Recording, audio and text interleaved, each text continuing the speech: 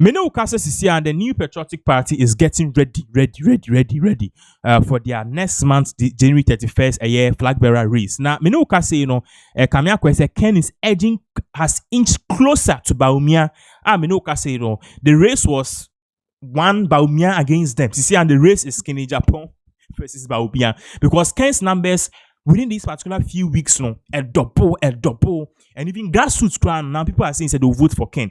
And let me say, the way it all started, who said it all started from Asera Adrasafo in some of Bekano, and Mamma for Yake who did you more because now Adrasafo first or second. What I said, but inadvertently, not on no sono, then, and I say, it's like hypothetically, not or working in Japan, the campaign indirectly. And the global info analytics figures are made by HS Ken is getting really closer to Bawumia. Now, I say a lawyer and Pinaxtv, who happen to be a young to Miss lawyer. Yet share the graph because Musa Dankwa quote TV3. Now Musa Dankwa quote TV3, yet share the graph. Say we any graph for air bar. You could see Agyapong is inching closer to Bawumia. And a lawyer appear could be in Shino. And also for the first time, lawyer appear could be also make kasa. Or say, hey, send a name out corner. Media, nam fisa Bawumia na befa. But the way a name out corner dear, media sema meet makani say, kamia kwa say, I didn't want shot. One shot.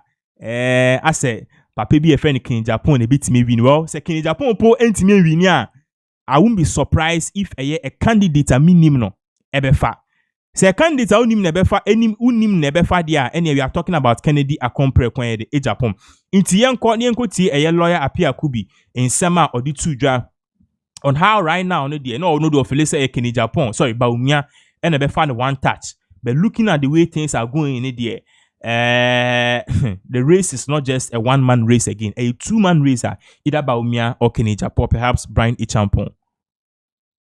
Great. Now, on the Pinaxtv, I'll start off with you for good reason. Just brief comments on this. What we have just run through, what you're looking at, partly because your blood is red, blue, and white. Okay. How is that looking for you? Well, to me, all the time, I don't underrate the value of research. So I take research very seriously. And this is an indication that we need to work harder. And indeed, the two candidates who are leading, they must work extra hard to be able to do the numbers. I think that, yes, generally, Dr. Bawumia appears to be in the lead, but it is not settled yet because he hasn't crossed the 50% threshold. So it is still possible that another candidate can do better. When I look at the undecided figures, I still think that it is possible to even cause an upset. And we still have one month to go. So 1 month of intensive campaign and mobilizing the undecided voters and the not disclosed voters, I'm very sure that a surprise can emerge. A surprise candidate in Dr. Brian Agyapong is also a possibility. A surprise candidate in Dr. Brian Agyapong. The interesting thing is that there is a likelihood of a second round. And if that second round comes, then no one of the three will be confident that I'm getting it. Because any one of the three can get it. Because particularly the person who comes second may be in the pole position to mobilize the others in pursuit of the 50% plus one. So it is not settled yet. And it is interesting because the incumbency advantage is not there. The incumbency disadvantage is there. True. I hope you get it. Yes, I get it. Because you cannot come from an administration that is perceived not to have done well and want to exonerate yourself from all wrongdoing. No, we can't do that. So the baggage will still be with you, and I'm sure that the delegates are mindful of that, because at the last primaries, we're looking at 60, 65 numbers. Now we're talking 43. So it means that something has happened.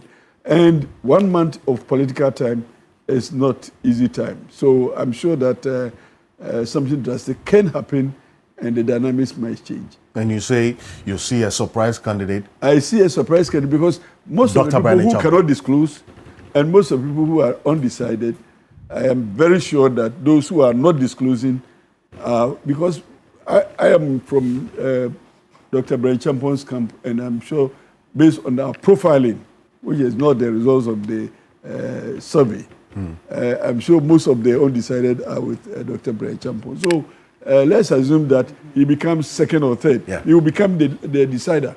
Either he himself will decide for, or he will indicate where the voice will go. So that's open disclosure. He's in Dr. Brian Champon's camp. Oh, yes. That one we know. Absolutely. I mean, you know that I am always that kind of person. Absolutely. I have always been.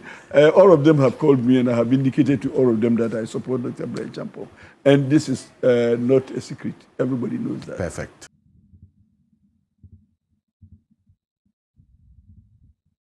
Okay. In the same way, and a lawyer Pierre could be editorial. Now, one person so na obia a submission on this issue. The great man himself, Martin Pebu. Martin Pebu said, you see, Anka NPP for Pomu is serious. And committee and common boycott 2028 elections. Because you won't win. You won't win because the Mahama hey, you can find our baby. There's no way. 2028, I don't see NPP making any that's your opinion. Winning the elections. No, then it will suggest that we don't have human resources in Ghana. Abdullah can become president. Professor Bopin is here. How can we vote for NPP? Why would we vote for NPP in 2028? It's a no-brainer. Martin, are you not there? Yes, so I can also do it. Exactly. And so you can, provided you are not on the ticket of the NPP. So we are sitting here, we also can perform the job. So what would make me want to vote for Bawumia? 2028. No. So you're still going with Patrick Bawumia for 2032. Not 2028. As for 2028, let's be realistic. That thing belongs to NDC. 1.7 million votes. How do you say that they're so confident? So let's be scientific this way. Look, with JM having gotten close to, JM gave him Bawumia a gap. Bawumia asked for a gap. That the only thing left with is a gap. Let's give them a gap. And of course, JM gave him a gap, a very wide gap, about 1.7 million votes. Now, if you look at our electoral cycle and the way human beings, we are pragmatic. We are not idealistic.